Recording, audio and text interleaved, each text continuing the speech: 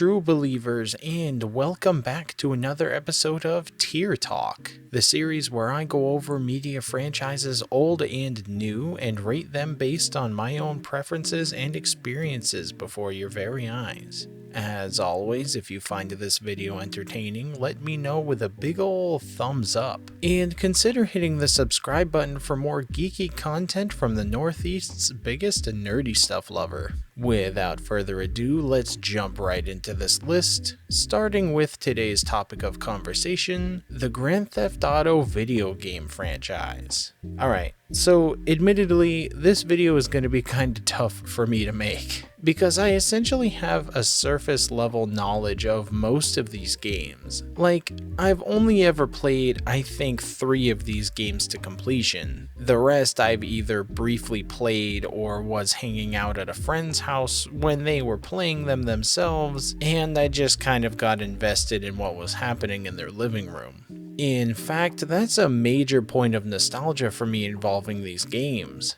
Growing up, I wasn't really allowed to play video games that were violent or graphic that were just for the sake of it. Usually that kind of content was given to me with a purpose, quote unquote, behind it. Like the military action in Metal Gear or beating up criminals in Spider-Man. It wasn't until recently that I've played more of these games, and I decided to throw my hat in the ring to rank the ones that I've actually played. Just remember, this entire list and the things that I'm about to say are just my opinion, so if there's a part of this video where you agree or disagree more, try not to roast me too hard in the comments. Or go ahead and do it anyway, I don't really give a darn. Discussion is discussion. And with that out of the way, let's just get right into it, starting with the first entry on this list, the original dip into the chaotic criminal underworld of Grand Theft Auto.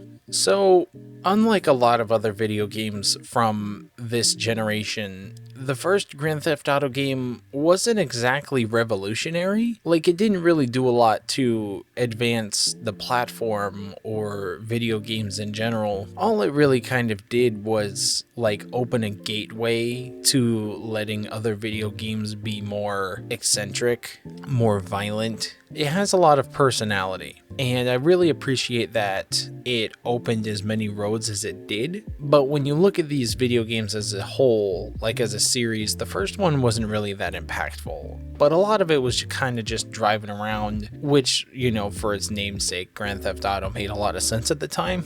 But it didn't really do a whole lot in terms of like pushing the genre forward. The characters are also pretty generic. Like, I can't even name the main protagonists of this game. I know that you can play as like 6 or 7 of them, but there wasn't really like a whole lot to them. There were more just like names assigned to a role that they would play in the criminal underground. So the game is kind of basic, doesn't really do a whole lot, but it was a very great launch pad. It was commercially and critically successful, so it was enough to get the franchise up and rolling, which I can respect it for. I'm gonna put the first Grand Theft Auto game in the C tier. That just kind of seems like a really good place for it. Not a whole lot to write home about, but it was a decent jumping off point. Now see, the second game, I actually played more than the first game, which admittedly wasn't very much, you know, to kind of start with anyway. But it was a fair amount, and I remember liking it a bit more than the first game, which is why I played it more.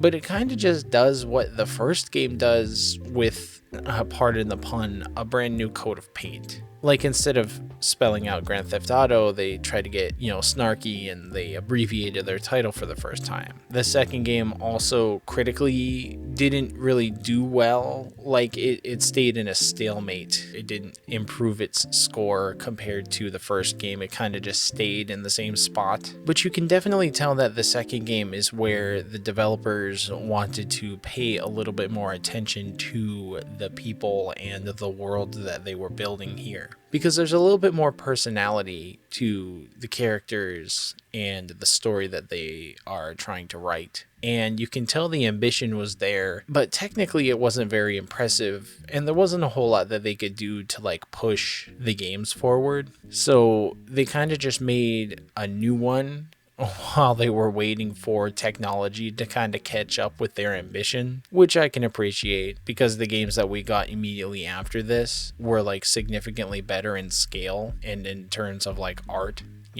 So for the second game, I kind of just want to put it right in the same rank. Like Grand Theft Autos 1 and 2 were fine for what they were, but they're kind of unremarkable aside from that. I definitely think that these were games for their era in the console generation that they were. They were recognizable, but they were just games doing more impressive things at the time. But now we get to talk about some of the juicy stuff for this franchise, because Grand Theft Auto 3 kind of set the whole world on fire. There were other games at the time, Mortal Kombat, Doom. There were other graphic games, ones that were gory, for the sake of it. But that's kind of just like what you could expect from those games. You knew they were violent and you knew that they were gory. They were over the top.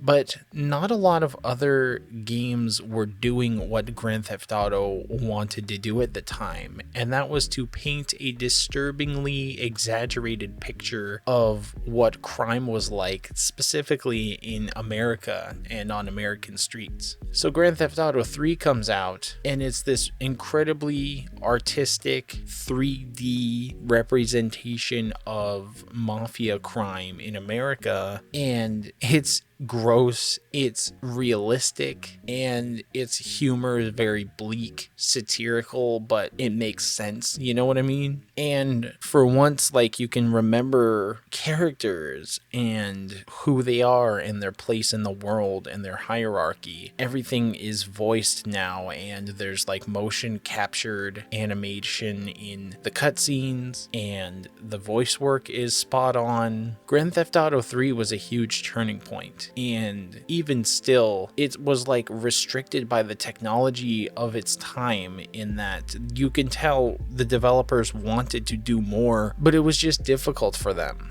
For its time, for a PS2 era game, it's impressive. Honestly, I just wish there was more that came out of this game in particular. Grand Theft Auto 3 is great. It's a solid 3D game, and it deserves where it is compared to everything else. If there was a remake of any of these games, obviously like the first two deserve it because they're the oldest, but Grand Theft Auto 3 deserves the freedom that they have been able to acquire recently. Now we're going to do Vice City. Vice City has a particular soft spot for me because I absolutely adore the 80s mafioso aesthetic, the time frame, the color, the art, everything about it. This game bleeds with style, and you can tell what source material the developers wanted to harken back to the most with this game. It's pretty great. I really, really like the setting, and I really, really like the references, the story. Vice City was fun because it was the first Grand Theft Auto game that I played personally, and it was the one that my friends were always playing when I went to their house. And I think that when you compare it directly to like 3 and even San Andreas, you can tell that like compared to these games in this trilogy, there is a certain something that they were trying to capture when they were making this game. It feels more like an art piece. They were definitely letting their creative juices flow compared to the other ones. They were looking about style, camera angles, voice acting, animation, color palette. It was all there. Vice City is just really fun. It was the game that we all played as kids, and it was the game that got me into liking this kind of game. So nostalgic purposes are gonna kind of override everything here, but I think I'm going to put Vice City in the A tier. It's an incredibly stellar game. It still feels a little stiff, like they wanted to be able to do more. And if I remember correctly, I think Vice City was actually expanded from like a DLC, like bonus add-on thing that became its own game. So that kind of explains that. Yeah, Vice City, A-tier game. Let's move on. Okay, San Andreas.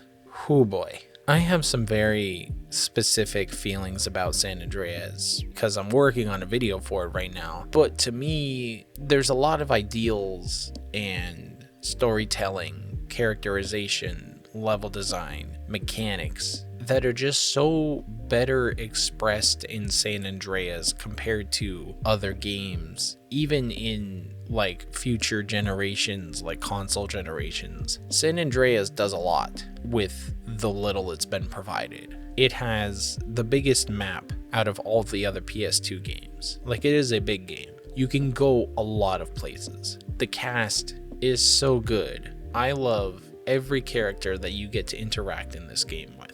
The voice actors, because a bunch of them are rappers and artists, are very memorable, and their personalities reflect very well in the characters that they voice. The missions are fun. For a PS2 game, they try really hard to implement a lot of different kinds of missions for you to play, and I think that in the long run, the variety they tried giving, with a mission that's dedicated to it from the start, instead of being, an add-on turned into a game, they went into this one with a plan, and it definitely shows. San Andreas is like next level good for PS2 era games. So I hold San Andreas in high regard, and I know a lot of people kind of go back and forth on it, like, of the original PS2 trilogy, which of these three games comes out on top, and I don't know if this is a popular opinion, but to me, San Andreas beats them. I think it's an S tier game. The characters are great, the map is awesome, the missions are fun. I have not the most memories of that. The most memory I have of a Grand Theft Auto game is 5, but I'll go into that later. But the memories are just stronger. I definitely think San Andreas left a better impression on me than any of the other games that came before it, and probably after it. So, S tier for me. Now, Grand Theft Auto 4, for me, is frustrating to talk about. So I'm a PS3 kid. I'm a Sony kid. I grew up on PlayStation. And to me, Grand Theft Auto 4 is probably underrated, because a lot of people like to say in this era that, PS3 had no games, so they all went to Xbox. And this generation for the 360 was kind of all about like action first-person shooter games. And so I think 4 is kind of like the beaten stepchild of the series. It has a memorable cast for sure, and I think that's due to the fact that, a lot of this was Americanized. The previous games were all Americanized in a way. But Nico being an immigrant and the casts being from Eastern Europe in a time when you don't really think about it is pretty unique compared to the rest of the games in this franchise. And I think its strongest suit is its people, is its story, the lore that's there. Mechanically though, barely anything changed between the PS2 trilogy and 4, which I think is, it's fine. There's a lot of quality of life changes. The common third person shooter controls are all there. But for me, this is kind of the era when Rockstar started depending on a more realistic engine, and that's kind of where I lost them, is that the physics engine is really strong, and what used to be like a fun run around the city third person adventure type beat turned into a running sim that you could pull a gun out in, which, that's just my opinion. That's like one dude's opinion who didn't grow up playing these games all the live long day, and is probably worth a revisit. It probably plays and feels a lot better, closer to other games that we have out now, and is worth a revisit. But the memories I have of 4 aren't that great. Like, I'm willing to put 4 in the B tier and just call it good. I will say though that the phone call to go bowling with Cousin Roman still stuck in my head. That's one of my favorite things to quote of all time, is just that. I want to go bowling with Cousin Roman. Now, I'm kind of just going to gloss over Liberty City Stories, because I think I've played maybe like an hour or 2 of this game, and then just never again after that. It kind of just sits on my shelf, and I don't really get to think about it that much. From what I gather, the Liberty City Stories are there to kind of help flesh out side characters that were kind of important in the other games, and this was their attempt at making a game without making a whole game, so that they didn't do a repeat of Vice City, where they started to make, like a DLC that accidentally turned into a game. This was their solution. It was like a collection of things, so that way they could still have a game without, going crazy. So, it's there. It's fine. It's nothing like mind-blowing. Like, I wouldn't say that the best Grand Theft Auto game in the whole franchise is fucking Liberty City Stories. I'm gonna probably just throw it in like the C tier. Because again, it's like a glorified tech demo thing that kind of just talked about characters that I didn't really care for, and I just don't play it a lot. I'm sure that there's some quality in there somewhere. It's just never been a game that I cared to watch. And finally, we're gonna get to number 5. Grand Theft Auto 5 is a legendary accomplishment. Let's just put it that way. So aside from like personal feelings, which I do have about this game, but aside from any personal feelings I might have, Rockstar did something crazy, lightning in a bottle with this game. People loved this game when it came out, and it's not hard to see why. It is a very lovingly recreated map of Los Santos. The characters are magnetic. There's an interesting dynamic between all of them. Some of them have incredibly strong personalities, and each doesn't feel left out to pasture. Like, you care about each character for different things, And the dynamic of being able to switch to other characters on the fly, and they all have their own little thing going on in their own bubble, is excellent. It's wonderful game design. The missions are enjoyable, and you really love to see when they cross over, and you get invested in trying to push the narrative in a favorable direction. And it doesn't always work out that way, but it can, and it's fun. There's plenty of twists and turns, and on top of being interesting, it's entertaining to play. The mechanics are fun. They have definitely been fleshed out to a degree that, like, you would not believe at this point. There's so many different ways to play 5, and for me, I think that's what made it enjoyable to play. 5 is fun in that there's no single way you have to play the game. Each character has their own strengths, and there's no strict path that you have to follow if you want the complete picture. Playing the narrative, playing the missions. This is probably, to me, it's either San Andreas or this one are the easiest games to fuck around in.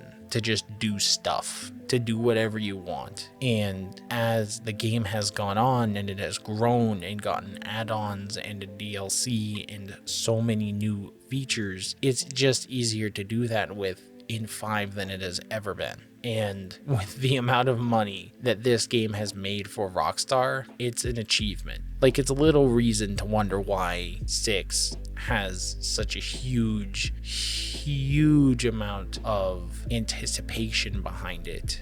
Is that they want to know, is this going to top 5? Is this going to surpass it? Is it going to make it a better experience? Or has 5 achieved some crazy status that is never going to be surpassed? We don't know. We won't know till the game happens, but there are some pretty big shoes to fill. That being said, I still don't like it more than San Andreas. To me, San Andreas just has a certain amount of class and nostalgia that kind of makes it hard to push past. 5 is definitely up there, and if I had the time to play this game more, I'm sure that I would have some more things to say, but I think I'm just blinded by my age at this point. So for me, it's a close second. It's very close between 5 and San Andreas, but San Andreas still takes it for me. I like the people more. I like the world more. I like the time period more. Like, 5 is supposed to be like modern, and San Andreas, I think, takes place in like the late 90s or something. And all of the modern bullshit that comes with smartphones, computers, technology, that sort of thing. It's a modern era.